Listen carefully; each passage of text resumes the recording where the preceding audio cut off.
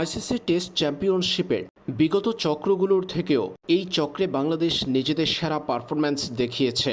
রাওয়ালপিন্ডিতে পরপর দুই টেস্টে স্বাগতিক পাকিস্তানকে পরাজিত করার মধ্য দিয়ে টেস্ট চ্যাম্পিয়নশিপের পয়েন্ট টেবিলে ব্যাপক উন্নতি ঘটিয়েছে বাংলাদেশ। বাংলাদেশ ক্রিকেট দলের সামনে এখন টেস্ট চ্যাম্পিয়নশিপের ফাইনাল খেলার সুযোগ রয়েছে। পাকিস্তানের বিপক্ষে ২ ম্যাচের টেস্ট সিরিজের প্রথম টেস্টে ১০ উইকেটে জিতেছিল টাইগাররা। এরপর দ্বিতীয় টেস্টে ৬ উইকেটের জয়। এই দুই জয় বাংলাদেশের উইনিং পার্সেন্টেজ বাড়িয়েছে।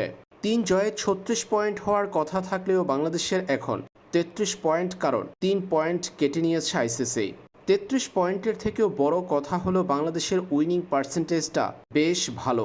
বর্তমানে ৬ ম্যাচ শেষে বাংলাদেশের উইনিং পার্সেন্টেজ দাঁড়িয়েছে ৪৫.৮৩। বাংলাদেশের পরে আছে ইংল্যান্ড, যাদের উইনিং পার্সেন্টেজ ৪৫.০০।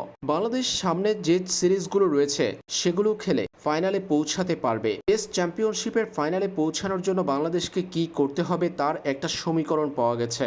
বাংলাদেশের সামনে এখনও বাকি আছে আইসিসি টেস্ট চ্যাম্পিয়নশিপের ৩ সিরিজ, যার প্রথমটি ভারতের বিপক্ষে এই মাসেই।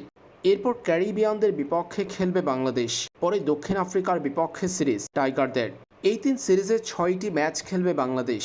প্রতিটি সিরিজেই ২টা করে টেস্ট ম্যাচ রয়েছে। এই ৩ সিরিজ থেকে বাংলাদেশের লক্ষ্য থাকতে হবে অন্তত ৪টা ম্যাচে জয়, যাতে করে বাংলাদেশের উইনিং পার্সেন্টেজটা চলে যাবে ৬০-এর উপরে। আর টেস্ট চ্যাম্পিয়নশিপের ফাইনালে পৌঁছাতে সহজ পথে যাবে বাংলাদেশ।